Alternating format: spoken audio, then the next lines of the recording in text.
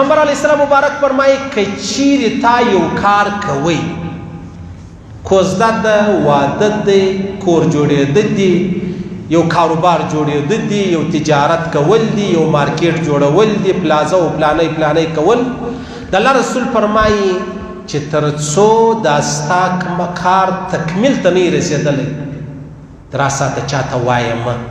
ولې؟ د الله رسول فرمایي ان کل ذي نعمت محسود، رواه طبراني. د هر نعمت حاسدین چې دی هغه ستا، د هر نعمت.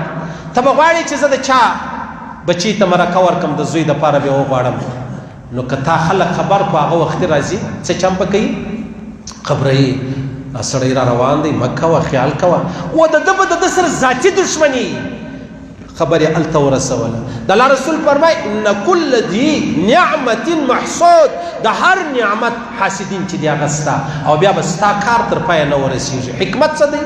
حکمت دا دی چې یو سړی دعوه وختي وکړي چې زه پلانی کار کوم، او بیا چې شوسي بیا نو کار خو نه ورسېدی، جهان به وایي دا ډېر لوی دروغجن دی، دا ډېر لوی دروغجن دی. بیا خلک باور نه پکې ډول زه پلانی کار کوم، پلانی کوم، بیا خلک په ده باور نه کوي. د الله رسول فرمایي چاته وایه مه. وختي کې یو وخت چا ټلیفون راوکړ، چیرې یم؟ هل ګوره چیرې یم، خیر زما ضروري په کار یې راس. نو ما هم په منډه هغه 15-16 کاله مخکې خبره ده، په منډه ځان ورسېدم، ویل حج لره ځو. وخت موږ حج لرو نه وتللي، حج لره ځو. و ماشاءالله الحمدلله، الله پاک ته مې حج لره بوځي.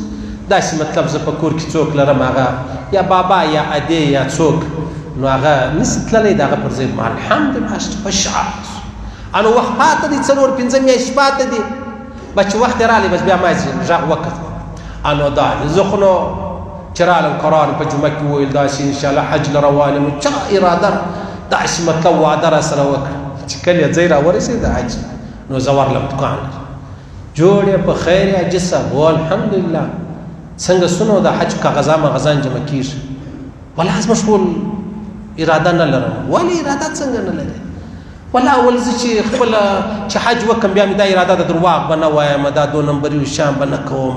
نو بس ما بابا هم د هغه رقم ولو چې دوکانداري یې کوله، مطلب درواغ شیان یې کول، چې حج له ولاړې بیا یې درواغ پرېښول.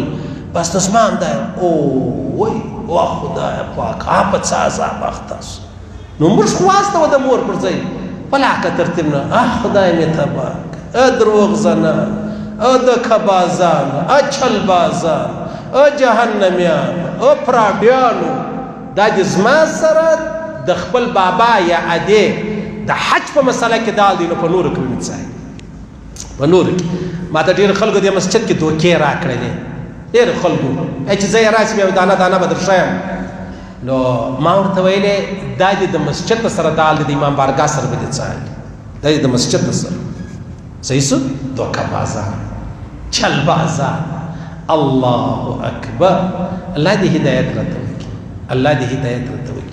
نو چې کله ته یو کار کوې چاته وایه مه، کار چې ورسېدی ځه خپل کار په مخه واخه، کنې خلک وایه دروغجن دی ورور، لکه زه چې پر دروغجن پېښ شو، از ما خبره هم لاړه ختمه شوله. نو بیا او ډېره زوروره خبره ده ډېره. پیغمبر علیه السلام مبارک چې کله هجرت کوئ نو رالی سره غرمه وه، پټو یې پر سر اچولی وو.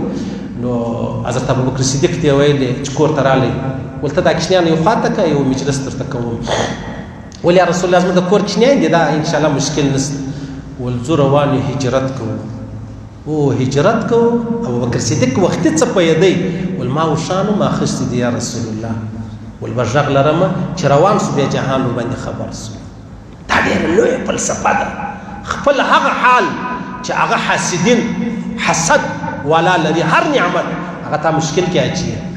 د الله رسول فرمایي دا حسد نه دی، حسد دې ته ویل کېږي چې زه هم کش کې د پلانې ځواني الله جنې اخیستی وای، موټر یې جنې اخیستی وای، کور یې جنې اخیستی وای، اولاد یې جنې اخیستی وای، دا ښه صحت یې جنې اخیستی وای، دا موټر یې جنې اخیستی وای، دا اولاد یې دې ته حسد وایي. او اولنی حسد چې کړی دی هغه شیطان کړی دی. نو پیغمبر صاحب فرمایي دا حسد د انسان ګناوې داسې د انسان نیکۍ داسې ورسوځي لکه وچ بوټ چې اور ورواچي، وچ بوټ سړی اور ورواچي. څه زوروره مشوره ده د محمد رسول الله، څومره د خیر ډکه ده. الله اکبر.